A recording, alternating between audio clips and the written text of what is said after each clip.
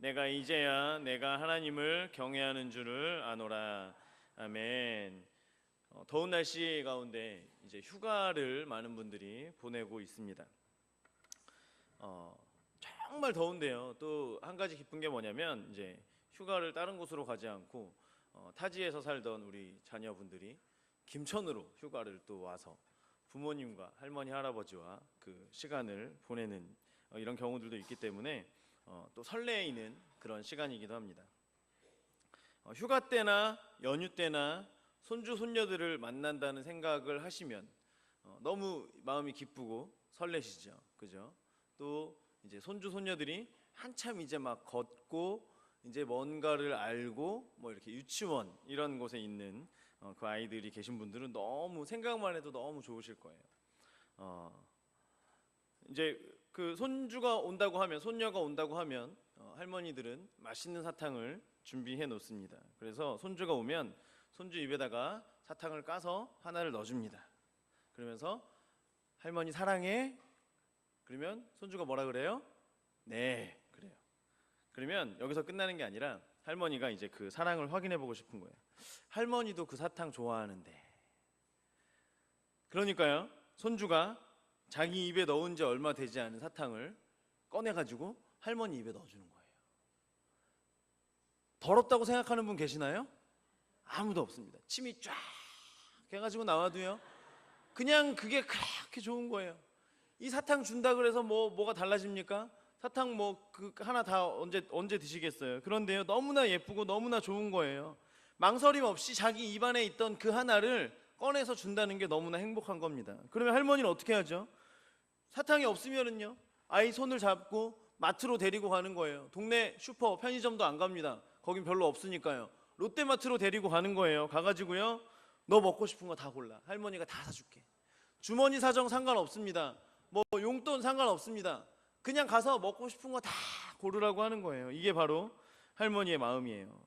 그리고 그 손주가 이쁠 뿐더러 그 손주를 낳아주고 그렇게 키워준 며느리가 또 너무 예쁜 거예요. 그런데요, 만약에 할머니가 할머니 사랑해? 그랬더니 네, 그래요. 그러면 할머니 사탕 좀 줄래? 그랬더니요, 아이가 갑자기 할머니를 딱 쳐다보더니 입안에 있는 사탕을 와그작 와그작 씹어 먹는 거예요. 그러더니 나 사탕 없는데. 이러면은요, 며느리를 부릅니다. 애미야, 날도 더운데 오늘은 삼계탕이나 먹자구나. 그러면 며느리는 이제 부엌에 들어가가지고 난리가 나는 거죠. 물론 그런 분들은 없으시겠지만 그래도 뭐 손주가 이쁘긴 합니다만 서운한 거죠, 그죠? 그래도 막 이렇게 해줬으면 좋겠는데. 이게 마음이에요. 우리 하나님께서요, 우리를 보실 때에 하나님께서 무언가가 부족하시기 때문에, 또 뭔가가 필요하시기 때문에 우리를 향하여 뭔가를 요구하는 분이 아니시라는 겁니다. 하나님께서는요, 우리의 마음을, 중심을 이미 잘 알고 계세요. 그런데 사랑한다 라는 말은 아무나 할 수 있지만, 정말 사랑하는 사람은요, 자기의 가진 것을 아름답게 드리는 사람입니다. 사람들이요, 이야기하죠. 하나님께서는 중심을 보시는 것 아닙니까? 물질이나 이런 것이 중요하지 않습니다 라고 말하는 사람들을 향해서 우리 예수님께서는요, 보물이 있는 곳에 마음도 있다 라고 말씀하셨습니다. 사랑하는 성도 여러분, 하나님을 사랑하시죠. 그러면 우리가 하나님께 무엇을 드리시겠습니까? 세상에 있는 많은 사람들은요, 교회 다니는 사람들을 향하여 얘기해요. 기독교인들을 향하여 얘기해요. 아니, 그 하나님께서는 돈이 없어, 뭐가 없어, 맨날 헌금만 내라 그래. 이런 식으로 얘기를 하는 많은 사람들이 있어요. 하지만 하나님께서 원하시는 게 돈인가요? 하나님께서 원하시는 게 무엇입니까? 여러분들이 여러분들의 손주들에게, 손녀들에게 원하시는 게 돈이에요? 자녀들에게 원하는 게 돈입니까? 아니지 않습니까? 그 사랑하는 마음을 어떻게 표현하는지 그것을 알고 싶고, 또한 그것이 표현되어질 때에 우리가 거기에 감동할 수 있는 것 아니겠습니까? 우리가 정말 하나님을 사랑한다고 하면은요, 하나님의 마음을 감동시켜 드릴 수 있어야 하는 겁니다. 제가 바라기는요, 오늘 우리가 함께 나눈 말씀을 통해서 하나님을 감동시켜 드리는 그 아름다운 드림이 무엇인지를 함께 나누어 보고, 우리도 그와 같이 아름다운 드림으로 인해서 하나님을 감동시켜 드리는, 할머니를 감동시켜 드리는 것보다 더 하나님을 감동시켜 드릴 수 있는 우리 모두가 될 수 있기를 주의 이름으로 축원합니다. 무엇을 주느냐, 얼마나 좋은 것을 주느냐, 이런 것이 상대방을 감동시키는 게 아니에요. 다른 사람들이 볼 때는 몰라도요, 나에게 있어서 중요한 것, 그것을 드릴 때 그것은 아름다운 드림이 될 수 있는 것이고 받는 사람으로 하여금 감동하게 할 수 있는 것입니다.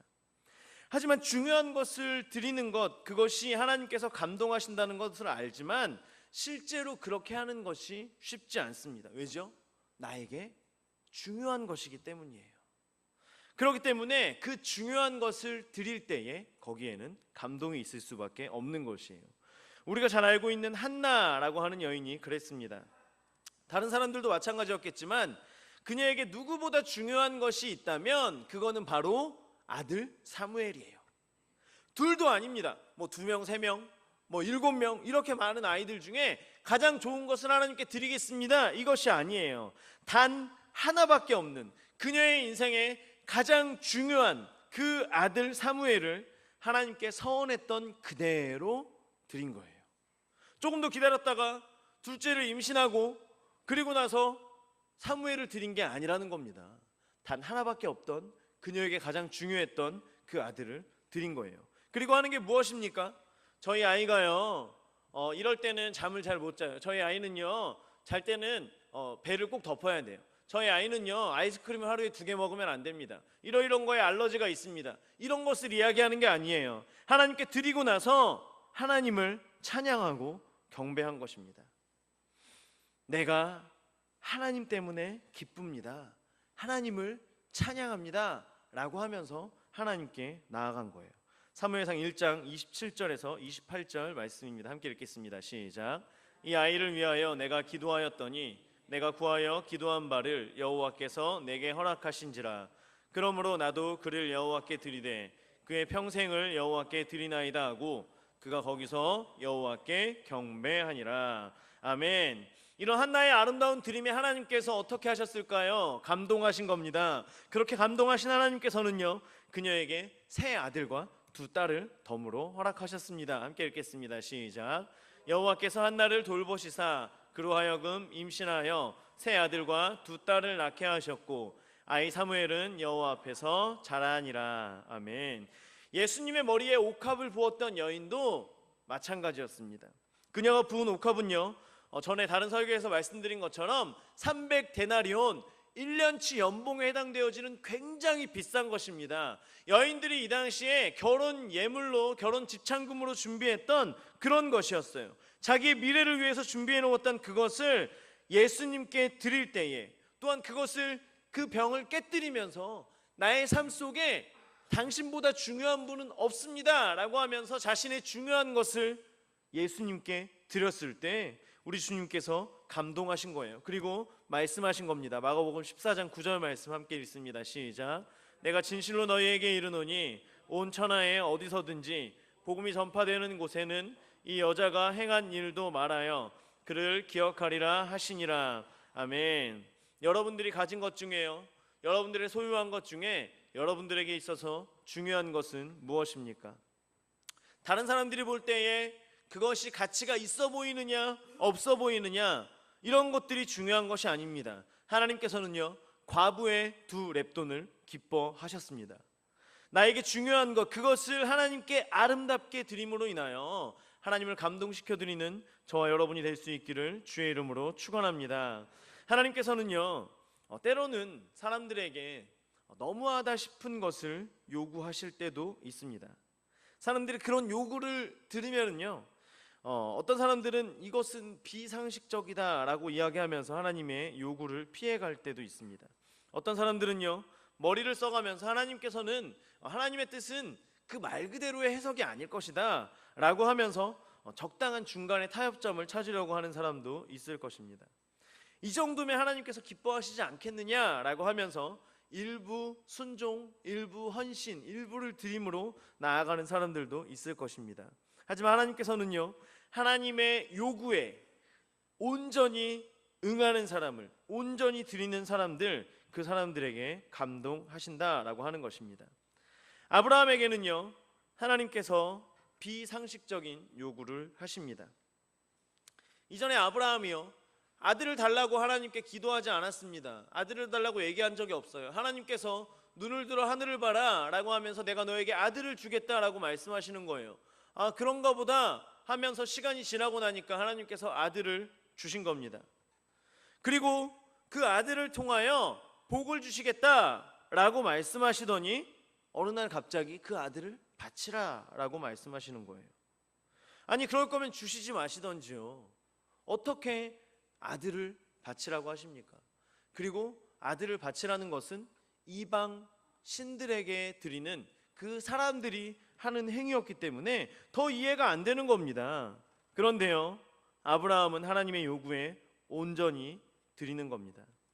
당연히 하나님께서는요, 그 아브라함의 드림에 감동하셨고 또한 이삭에게 손을 대지 못하게 하시면서 말씀하셨습니다. 창세기 22장 12절 오늘 말씀인데 함께 읽습니다. 시작. 사자가 이르시되 그 아이에게 내 손을 대지 말라, 그에게 아무 일도 하지 말라.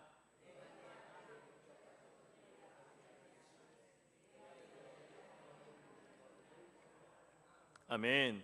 하나님께서요, 만약에 저와 여러분들에게 우리가 가진 점심 보리떡 5개와 물고기 2마리를 드려라 라고 말씀하신다면 어떻게 하시겠습니까? 점심, 저녁을 가서 먹으면 되겠죠. 그죠?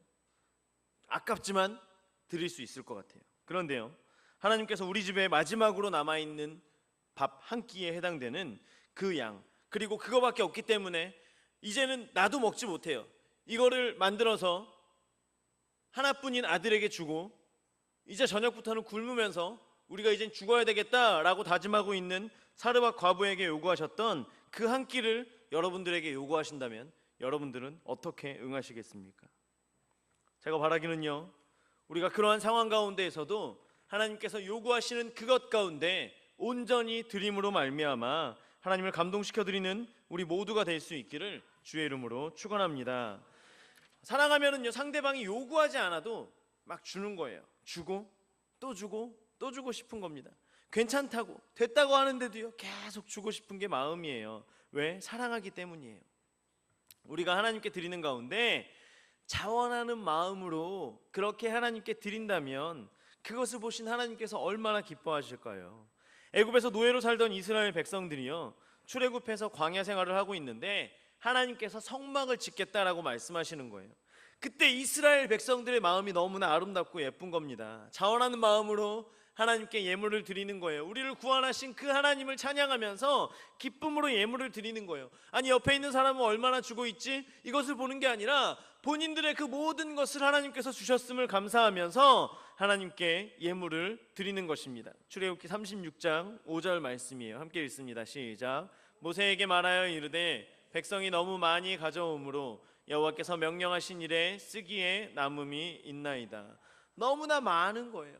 이것이 많은 사람들이 볼 때에도 아름다운데 하나님 보시기에는 어떠겠습니까? 매번 그렇지만요, 이번 여름에는 특히 감사할 게 너무나 많이 있습니다. 교사들은요, 캠프를 앞두고 자기 부서이기 때문에 눈치 보면서 또 다른 사람의 부서는 그냥 이렇게 도와야 되나 말아야 되나 이런 것들을 계산하면서 고민하고 이렇게 한 여름 캠프가 아니었어요. 각 부서별로 캠프를 준비하기 위해서 준비 모임을 하면은요, 너무나 많은 교사들이 모이기를 시작하는 겁니다. 어떤 선생님들한테는요, 특별히 도와달라고 얘기하지 않았는데도 와서 앉아 있는 거예요. 마침 부족한 자리에 그 교사들이 채워지는 겁니다. 선생님 제발 좀 도와주세요. 인원이 부족합니다.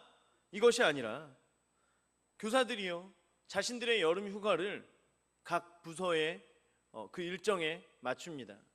여행 가기로 했던 것과 겹치니까요, 오래된 장기 여행 계획도 취소합니다. 상황이 여의치 않아서 낮에 캠프에 함께하지 못하는 교사들은요, 준비하는 기간에 와서 준비를 돕습니다. 담당 부서 교사가 아닌데요, 밤에 보니까 있는 거예요. 그래서 아니 너 왜 여기 있어? 그랬더니요, 제가 캠프 때는 나오질 못하기 때문에 준비할 때라도 돕기 위해서 왔어요. 그래서 일 끝나고 와가지고 밤에 11시 뭐 그때까지 와가지고 열심히 일하는 겁니다.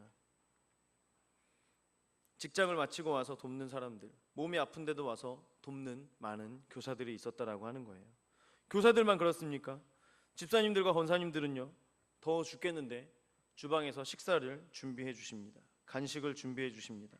아이들이 무엇을 좋아하고 또한 어떤 것을 먹어야지 좋은 영양가가 있을지, 또 어떻게 데코해야지 또 아이들이 이것을 받을 때 벌써 이 비주얼에서 한번 감탄하고 또 맛에서 두 번 감탄하고 이렇게 할 수 있을지를 고민하시면서 준비하시는 거예요.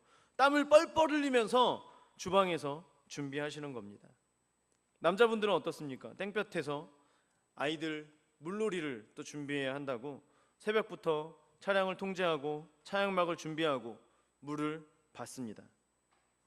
어떤 아이들이요, 지난주에 그 유치부 물놀이 하는 것을 보고 이번 주에 새로 우리 교회에 나와서 캠프를 같이 했다라고 하는 그 얘기를 들으시면서 그걸 저한테 얘기해 주시는, 물론 저도 알고 있습니다. 그런데 그걸 저한테 얘기해 주실 때요, 그분들의 얼굴에 그 미소가 잊혀지질 않는 거예요. 땀을 뻘뻘 흘리면서 말씀하시는 게, 이렇게 해도 애들이 나오고 애들이 좋아하니까, 이렇게 해서 전도가 되니까 얼마나 좋습니까? 라고 말씀하시는 거예요. 그것뿐입니까? 감사할 게 끝이 없습니다. 직접 나오시던 못 나오시던 다음 세대를 이어갈 우리 자녀들을 위해서 물질적으로 후원해 주신 분들이 너무나 많이 계신다라고 하는 겁니다. 물질뿐만입니까? 각 부서 캠프를 위해서요, 우리 자녀들이 가장 중요한 중보 기도를 해주신 분들이 많이 계세요. 금요일날 보시면 아시겠지만 아이들의 열정은 따라갈 수가 없습니다. 다음날 골든벨을 하는데요, 뭐 저는 어제 들었는지 기억도 안 나는 것들을요, 막 1학년, 2학년 막 이런 아이들이요, 사랑, 자비 뭐 막 다 막 쓰는 겁니다. 와, 그걸 보면서요, 우리 성도님들이 정말 기도 많이 하셨구나, 이 생각이 계속 드는 거예요. 이 모든 여름 캠프가 저로 인해서 또는 교사들로 인해서 준비하는 사람들로 인해서 하는 게 아니라 온 성도가 함께하고 있구나라는 것을 느낄 수밖에 없는 그러한 시간입니다. 이 모든 게요, 자원하는 마음으로 하나님께 드림이 된 것이고, 그걸 보신 하나님께서 가만히 계시지 않는 거예요. 아이들이 변화되는 겁니다. 아이들이 말씀 위에 세워지는 거예요. 하루 종일 말씀을 읽고 그 말씀을 외우면서 저녁 때 집에 가면서요, 아이들이 얘기하는 게 뭡니까? 오늘 너무 재밌었어요. 여러분, 말씀 외우는 거 재밌으세요? 말씀 읽는 거 재밌으세요? 말씀을 재밌으시죠? 네. 아이들이 그 고백을 하는 거예요. 외우는 게 너무나 재미있다라고 하는 겁니다. 그러면서 말씀을 외우는 거예요. 이틀이 지나고 3일이 지나도 그것을 외우고 있는 겁니다. 부모님께서 교회 안 다니시는데 내일 엄마한테 얘기해가지고 아빠한테 얘기해서 허락받아서 올 거예요. 내일 어디 가기로 했는데 거기 안 가고 교회 나올 거예요. 그렇게 애들이 얘기하는 거예요. 어떤 친구들은요, 벌써부터 선생님한테 물어봐요. 선생님, 겨울 캠프는 언제 해요? 겨울 캠프를 준비해야 됩니다. 부모들이요, 교회에 발을 한 번도 들여보지 않았던 부모들이 아이들 때문에 아이들 옷 챙겨가지고 오느라고, 우리 아이가 잘 있느라 보러 오느라고 교회에 와서 계시는 거예요. 들어오시라고 들어오는 거예요. 문을 열고 들어오시는 겁니다. 이런 하나님의 놀라운 은혜가 있는 거예요. 이것이 한 사람의 드림으로 인하여서 생긴 것이겠습니까? 아니에요. 모두가 함께 자원하는 마음으로, 기쁜 마음으로 각자의 자리에서 드릴 수 있는 가장 아름다운 것을 드렸기 때문이라고 저는 확신합니다. 이것으로 끝이겠습니까? 저는 우리 하나님께서요, 이런 우리의 드림에 감동하셔서 앞으로도 계속해서 모든 교육부서 또한 우리 교회가 하나님께서 원하시는 대로, 하나님께서 원하시는 그 뜻이 아름답게 펼쳐져 갈 줄 믿습니다. 또한 예수 그리스도의 그 복음이 울려 퍼지도록 그렇게 하나님께서 만들어 주실 줄 믿습니다. 이제 청년부가 남아있죠. 청년부, 각 부서에서 교사로 섬기다가요, 이제 다른 곳에 계신 그 어르신들, 신앙의 어르신들, 또한 거기에 믿지 않으시는 또 어르신들, 이들을 향하여서 또 자원하는 마음으로 섬기러 나갑니다. 제가 청년들한테 얘기할 때는요, 가서 우리 그쪽이 아름다운 바다니까 해수욕하고 오자, 휴가 거기로 가자라고 얘기하지만 준비할 게 산더미입니다. 그런데요, 청년들이요, 하나하나 소식이 들려오는 거예요. 원래는 안 됐었는데 갈 수 있게 됐습니다. 하나님께서 인도해 주셔서 저도 참석할 수 있게 됐습니다. 또 다른 친구가요, 전혀 그냥 몰랐던 친구들이 저도 갈 수 있을 것 같아요 라고 얘기를 하고 있는 거예요. 하나님의 도우심이 우리 가운데 있음을 보게 됩니다. 그 청년들이 나가는 그 자리 가운데 이야기하고, 또한 어르신들과 함께, 어르신들의 집에 가서도 청년들이 자거든요. 뭐 믿는 분들 믿지 않는 분들 상관없이요, 가서 말벗이 돼주기 위해서. 저는 하지 말라 그랬어요. 왜냐하면 낮에 너무 더울 거거든요. 낮에 더운데 섬기고 이러다가 밤에 가가지고 막 몸도 막 타 있고 막 이럴 텐데 가가지고 괜히 힘들까봐, 더 힘들까봐 하지 말라 그랬습니다. 청년들이요, 해야 되겠다는 거예요. 그거를 해야지 어르신들이랑 이야기를 나누고 말벗이 할 수 있고, 또 그렇게 하면서 복음을 이야기할 수 있기 때문에 가야 된다는 겁니다. 여러분, 이런 드림이 얼마나 아름답습니까? 우리 청년들을 위해서요, 꼭 기도해 주시기를 부탁드리겠습니다. 이렇게 하나님이 기뻐하시는 아름다운 드림, 나에게 중요한 것을 드리고요, 하나님의 요구하심에 우리가 기꺼이 드리고, 또한 자원하는 마음으로 하나님께 드림으로 인하여서 하나님을 감동시켜 드리는 우리 모함교회 모든 성도, 또한 우리 모든 교육부서 아이들, 학생들, 청년들, 우리 모두가 되어질 수 있기를 주의 이름으로 축원합니다. 기도하겠습니다. 하나님,